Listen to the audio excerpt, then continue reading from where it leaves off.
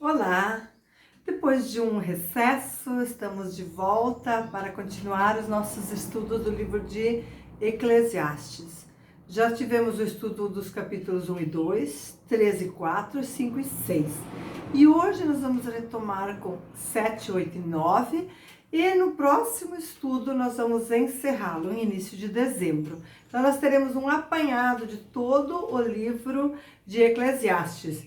E nos capítulos de hoje, ele volta a falar bastante de sabedoria e tolice, que é melhor o dia da morte do que o dia do nascimento, nessa perspectiva de que no dia da nossa morte a gente já viveu todas as provações e com a morte então a gente descansa no Senhor e a gente não tem mais adversidades para enfrentar. Ele também fala que é mais adequado a gente visitar uma casa enlutada do que uma casa de banquete. Nessa mesma ideia de que nós aprendemos e crescemos mais com o sofrimento do que com a festa. Melhor a repreensão dos sábios do que a canção dos tolos. E que a sabedoria protege como o dinheiro, mas o dinheiro passa e a sabedoria permanece, né? A sabedoria promove vida. Então, nessa perspectiva que ele, nesse dia, também nos fala que ele viu justos e injustos. Injustos morrerem, né? E viu também os injustos serem honrados e os justos serem injustiçados e esquecidos. Palavra antiga, mas também fala para os nossos tempos atuais. Quantos de nós também já não vimos circunstâncias assim? Basta a gente ligar a nossa televisão, nos noticiários, e a gente vai percebendo que muitas vezes a injustiça parece prevalecer, parece que ela tem poder demais, né? E pessoas que fizeram mal distorcem a verdade e acabam se safando da justiça, porque tem advogados muito bons, porque recorrem 1, 2, 3 vezes. E outros, talvez, numa circunstância muito diferente, como aquela pessoa que roubou água para cozinhar comida e que ficou presa. Uma completa desproporcionalidade. E outras pessoas matam, mas recorrem liberdade, são condenados, mas daí querem uma licença especial para viajar, para não sei o quê. Como assim, né? O que Salomão fala em Eclesiastes, nós também vemos hoje. Mas ele nos dá chaves para a gente interpretar, para a gente não se desanimar e não desistir.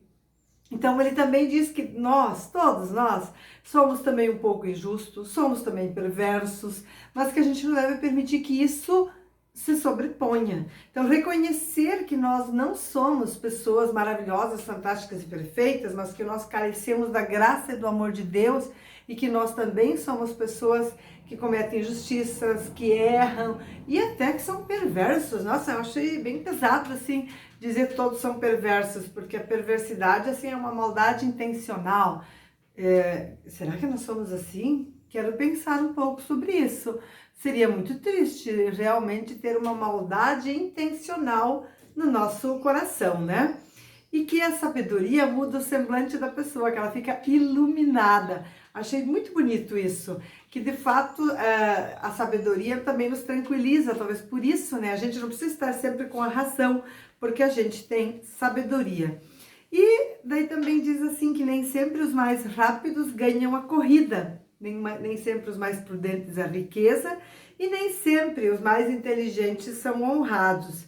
E eu achei muito interessante, me detive nessa citação, que nem sempre os mais rápidos ganham a corrida. E falando em sabedoria, então eu lembrei da sabedoria de Êxopo, né? Tem vários contos, várias histórias que são usadas para ensinar. E uma que nessa semana foi usada também na nossa mensagem da manhã, nos lembra da corrida da lebre e da tartaruga, que a lebre já foi, eu já ganhei, porque imagina perder por uma tartaruga, vai empatar com quem? Mas nos conta essa história que a lebre correu e deitou-se para descansar e a tartaruga veio no seu ritmo constante, porém lento.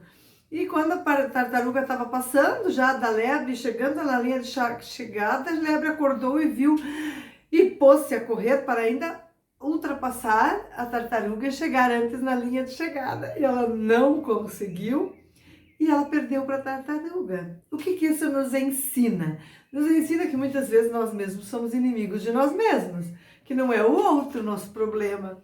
E que se a gente não tiver sabedoria para entender, às vezes a gente tropeça nas coisas mais hilárias ou mais que não seriam uma ameaça e que se tornam porque não temos sabedoria para entendê-las, para administrá-las, porque o sentimento de já ganhei, de superioridade nos derrota, nos tira essa dimensão de corpo de humanos que somos, de pessoas, corpo de Cristo. Então, penso que essa ilustração, ela traz sabedorias para o nosso dia a dia e para a nossa vida e nos ensina, né, que nós devemos olhar com humildade para qualquer situação. Quando a gente menospreza o outro, a gente corre o risco de cair, de tropeçar feio.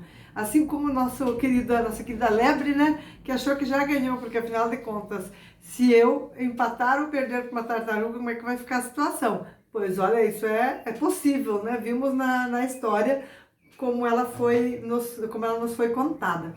E do capítulo 9, eu quero trazer então os dois versículos, 1 e 2, que nos dizem: tenho refletido sobre todas as coisas para chegar à seguinte conclusão.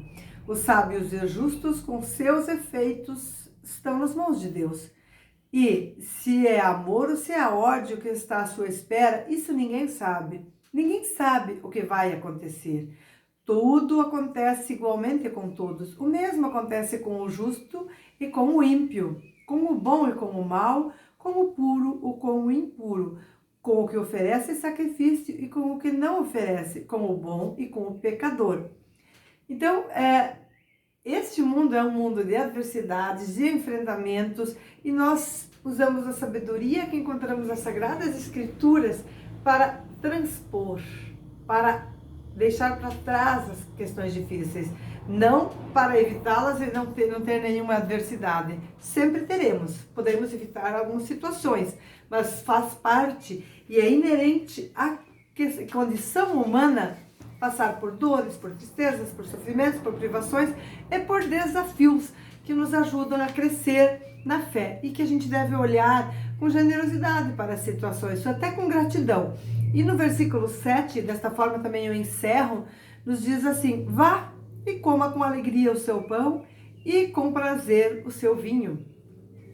Então, palavras muito bonitas, muito significativas, que embora no primeiro capítulo ele diz que é mais sábio ir a uma festa com luto do que uma festa com banquete, de nenhuma forma ele diminui a importância do banquete, da festa, da alegria, do encontro, da alimentação, fruto do nosso trabalho e da alimentação prazerosa também.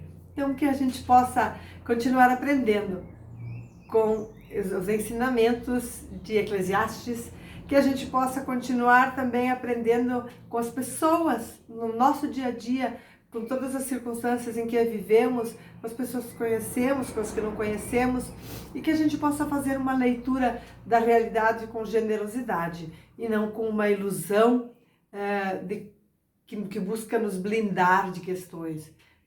Clamamos que Deus nos desvie de perigos, de tentações, né? Mas ainda assim elas estão aí, muitas vezes nos derrubam, tentam nos derrubar. Mas firmados no Senhor, nós seguimos adiante. Que Deus nos abençoe, que Ele nos oriente nesse dia, nessa semana. Amém.